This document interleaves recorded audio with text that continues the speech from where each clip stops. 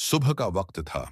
फजा में एक अजीब सी खामोशी थी, जैसे दिन निकलने से पहले हुआ अपनी सांस रोक लेती है।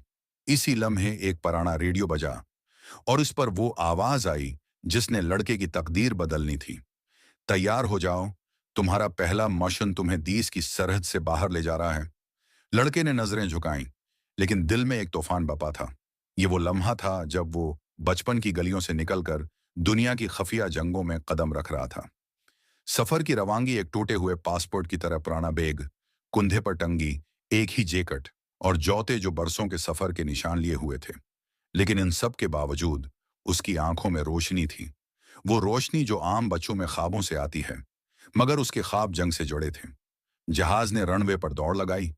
खिड़की के बाहर बादल तेजी से पीछे हट रहे थे और लड़का अपनी सीट पर बैठा दिल में दोहरा रहा था, ये सिर्फ एक सरहद नहीं, ये मेरी हिम्मत का पहला इम्तिहान है।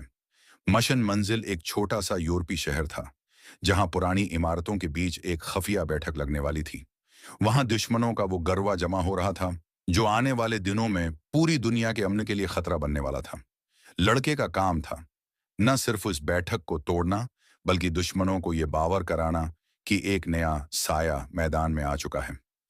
पहली रात अजनबी सरजमीन, अजनबी जबान और अजनबी लोग। लेकिन रात जब इतरी तो वही पुरानी खामोशी उसके कदमों के साथ चलने लगी। वो तारीक गलियों में अकेला अपने हदफ के करीब बढ़ रहा था। चांदनी में उसके चेहरे का एक हिस्सा चमका और उस लम्हे लग रहा था जैसे ये लड़का नहीं, कोई पुराना मुजाहिद वापस आ गया हो। फैसला कुन लम्हा, बैठक के दरवाजे पर उसने पहला कदम रखा और दिल ही दिल में कहा, ये सिर्फ मेरा मशन नहीं, ये एक अहद है जो मेरे उबा ने खून से लिखा था। उसकी अंगली हथियार पर, आंखें हदफ पर और सांस जैसे पूरी कायनात ने रोक रखी थी। दरवाजा धीरे से खुला।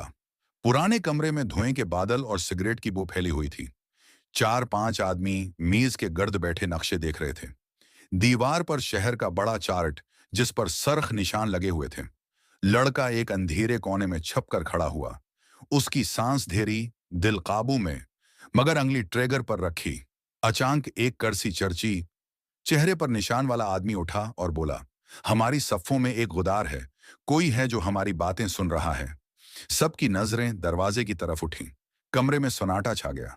लड़के ने अपनी पश्च दीवार से लगाई, मगर ईन उसी लम्हे पीछे से एक हाथ उसके कुंधे पर आया।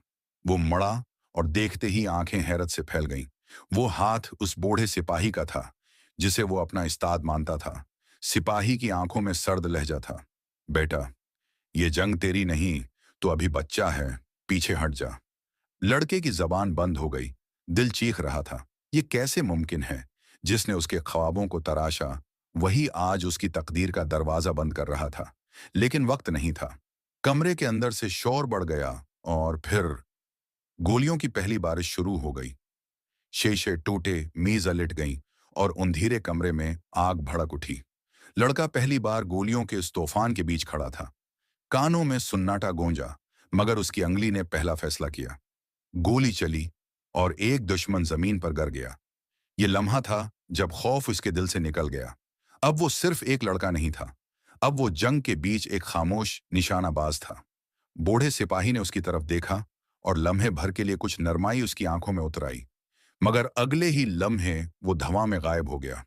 पीछे छोड़ गया सिर्फ एक सवाल, क्या मेरा उस्ताद ही सबसे बड़ा दुश्मन है?